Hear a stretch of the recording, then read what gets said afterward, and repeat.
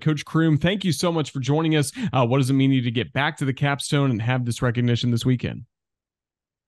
Well, I'm looking forward to it. I'm looking forward to seeing some my former teammates. A lot of those guys will be there that I played with 1973 and 74, but especially in 73 because that was a great year for us. We had a good football team and we enjoyed being around each other. So I'm looking forward to seeing a lot of those guys who I haven't seen in several years. Well, we look forward to that again, commemorating a great team. You were part of three SEC championship teams, that 1973 national championship team as well. Just what made your playing career special here at the University of Alabama? Well, it was one playing for Coach Bryant, and two playing with a lot of good football players on good football teams. When I was in high school there at Tuscaloosa High School, we didn't win very many games, and then to transition from that to playing at the University of Alabama and playing for Coach Bryant, where you were expected to win every time you went out, was a unique experience, and that was something I enjoyed, especially during the '73 season, because of the bond we had with one another as players and players with coaches as well. Of course, you're part of a great offensive line that helped the wishbone offense rack up a lot of yards on the ground. Just what made that offense so good during your time in Tuscaloosa?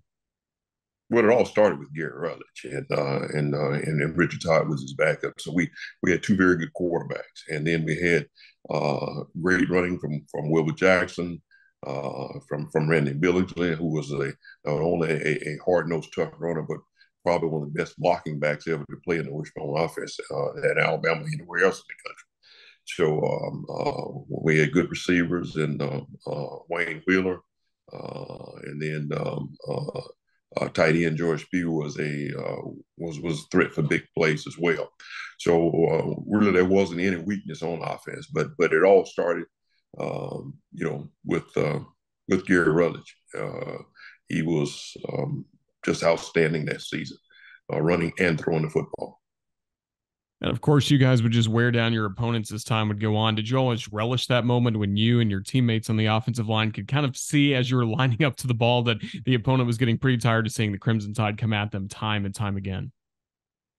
Yeah, it was fun. I mean, really, it was a lot of fun winning because it wasn't about uh, you never win in a game. We thought we weren't the best team and that we were going to win. I mean, that was again transitioning from a high school team that again, like I said, where you didn't expect to win to thinking, hey, we're going to blow these guys out every time we go out there. And we just had a lot of fun, man. And like I say, we felt like we could score from at any time, anywhere on the field, and quite often we did. What kind of motivator was Coach Bryant, especially maybe not even for some of the big games, but some of the games you were expected to win, but he knew he had to work hard to make sure you guys are ready to go? Just what kind of motivator was he in the locker room? Coach Bryant had different ways of motivating, and uh, he'd encourage you, he'd pat you on the back, but quite often he would use fear as a motivator, and we had a lot of interesting experiences. But I think that year we played VPI, and I think Coach Bryant was legendary for his toughness. And like I said, I played for him in the years I played for him, and in the years I coached for him. The worst the only really intense berating he ever gave a football team was at halftime of the BPI game. Remember now, we beat BPI that year. I think it was 73-6, but they scored on us in the last 3 minutes of the half. And when we went in at halftime, I mean, he ripped us up all over the dressing room, man. I mean, we're sitting there in shock as it could be. We leading, I think it was 35-6 at the half, and we just getting ripped from one end to the other. And I'm sitting there thinking, I mean, I was just in shock. But you learn one thing. I mean, the things that he emphasized that it took to win, what he was doing was he wasn't concerned about that game.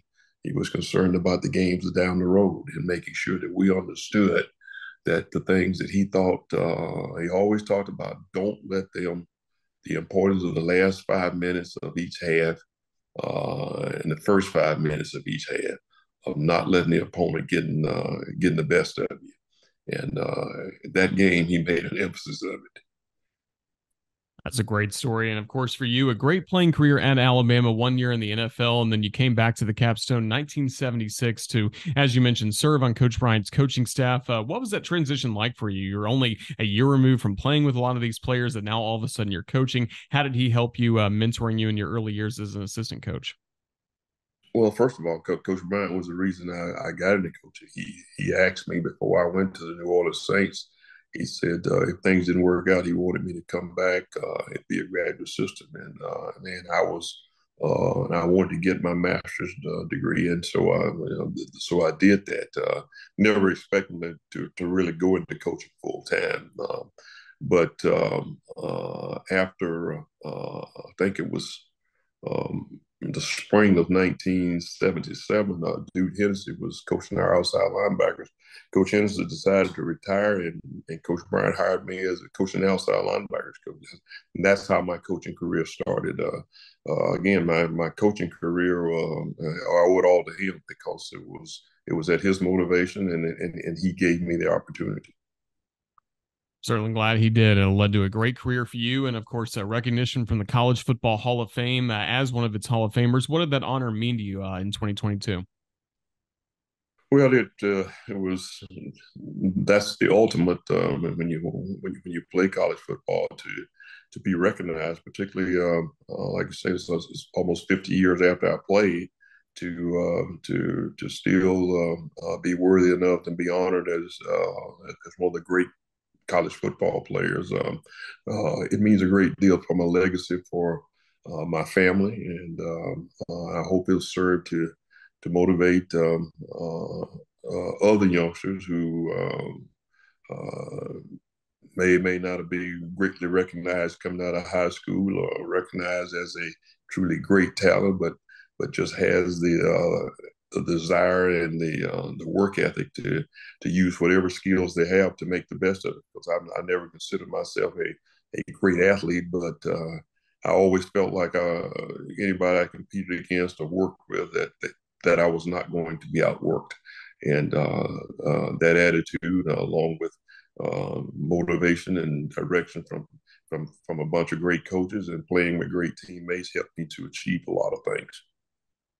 Speaking of legacy, again, we're recognizing the 1973 team coming up on Saturday. For any younger fans or any current Crimson Tide players who may hear about the 1973 group, what would be, just in a few sentences, how you would describe that team and what it meant to Alabama's football legacy and tradition? Well, the first thing is the team came first, and there were no egos on that team. There were a lot of individuals with a great deal of personal pride, but we really took pride in wearing that crimson jersey, and we wanted to be recognized not so much as in our minds, we wanted to be recognized as the best football team to ever play at Alabama.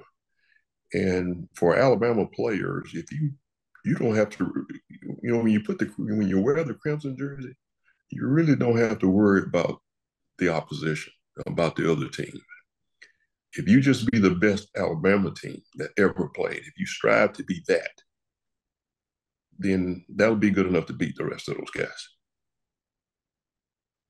Tremendous legacy. Well, Coach Croom, thank you so much for joining us here on the Crimson Tide Sports Network. We hope you and your teammates have a fun weekend in Tuscaloosa as Alabama hosts LSU, and we look forward to connecting again down the road. But just thank you for your time. Roll Tide, sir. Roll Tide.